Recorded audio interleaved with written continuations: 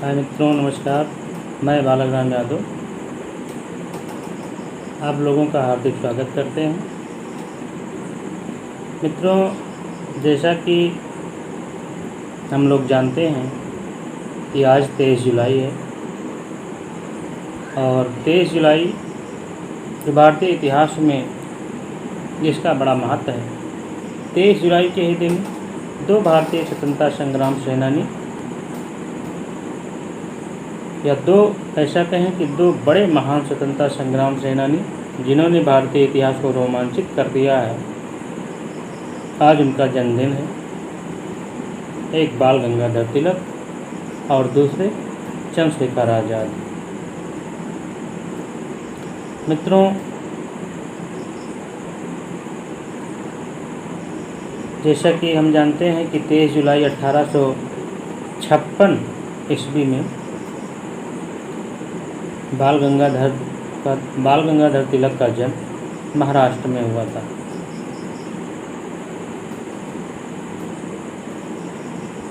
इन्होंने भारतीय स्वतंत्रता संग्राम के लिए जितना बड़ा योगदान दिया है उसको आसानी से भुलाया नहीं जा सकता।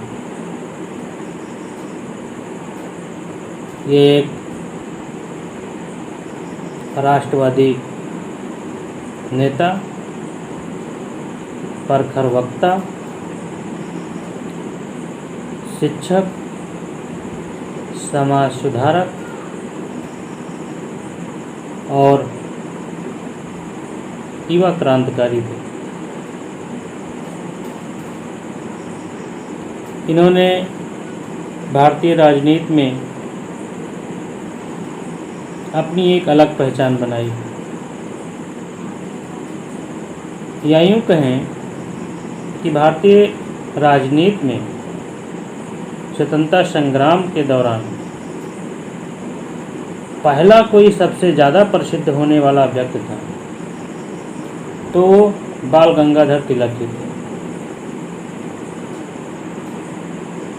ये इतने प्रखर वक्ता थे कि जहाँ कहीं इनको मंच मिल जाता, ये अपने ओजस्वी पूर्ण भाषण थे वहाँ पर उपस्थित जनता को रोमांच से भर देते थे।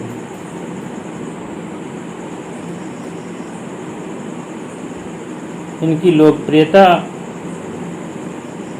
इतनी थी कि इन्हें लोकमान्य की उपाधि मिली हुई थी। लोग इन्हें लोकमान्य बाल गंगाधर तिलक के नाम से जानते थे। लोकमान्य मतलब जनता की ऐसी मान्यता थी। इन्होंने 1893 ईस्वी में महाराष्ट्र में गणेश उत्सव और शिवाजी उत्सव मनाने का निर्णय लिया। वैसे ये साप्ताहिक कार्यक्रम थे जो महाराष्ट्र में घर घर में मनाए जाते थे, लेकिन सार्वजनिक स्थानों पर खुले मंच पर सामूहिक रूप से गणेश उत्सव और छत्रपति शिवाजी उत्सव मनाने की शुरुआत बाल गंगाधर तिलक ने ही अपने प्रयासों से शुरू किया। दरअसल इसके पीछे का जो कारण है कि उस समय अंग्रेज़ों की जो शोषणकारी और दमनकारी नीतियां थीं, उसका विरोध करने के लिए इन्हें मंच की आवश्यकता थी और इनको लगा कि अगर ये जो उत्सव मनाए जाते हैं घर घर में, अगर हम इसको सार्वजनिक स्थानों पर भीड़ इकट्ठा करके रात्रि जागरण करके अगर हम इसे मनाएं तो लोग वहाँ पर उपस्थित होंगे और वहाँ पर जनता के बीच में अपने विचारों को या इंग्लैंड के दमनकारी नीतियों का खुल करके हम प्रचार प्रसार कर सकेंगे। और तभी 1893 से ही महाराष्ट्र में गणेश उत्सव और छत्रपति शिवाजी उत्सव मनाए जाते हैं। मित्रों, बाल गंगाधर तिलक ने 1890 ईस्वी में कांग्रेस को ज्वाइन किया। जैसा कि हम जानते हैं कि कांग्रेस पार्टी की स्थापना 28 दिसंबर 1885 ईस्वी को 28 दिसंबर 1885 ईस्वी को मुंबई में हुई थी। गोकुलदास तेजपाल संस्कृत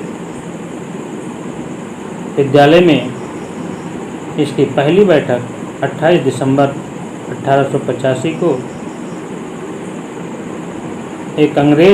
एक रिटायर्ड अंग्रेज अधिकारी ये हुम के द्वारा हुई थी। व्योमेश चंद्र बनर्जी को, WC बनर्जी को इसका पहला अध्यक्ष चुना गया था। तो इस पार्टी को बने हुए भी 5 साल ही हुए थे कि बाल गंगाधर तिलक ने इस पार्टी को ज्वाइन किया और अपने प्रभावशाली ओजस्वीपूर्ण भाषण की वजह से एक कांग्रेस में एक गहरी पैठ बना चुके थे। कांग्रेस जो पार्टी थी वो शुरुआती दौर में, यानी कांग्रेस के इतिहास पर अगर हम नज़र डालें तो 1885 से लेकर के 1905 ईस्वी तक कांग्रेस जो थी वो अनुनय विनय या अपनी बातों को अंग्रेज़ों तक पहुंचाने के लिए, अंग्रेज़ी सरकार तक अपनी बातों को पहुंचाने के लिए अनुनय विनय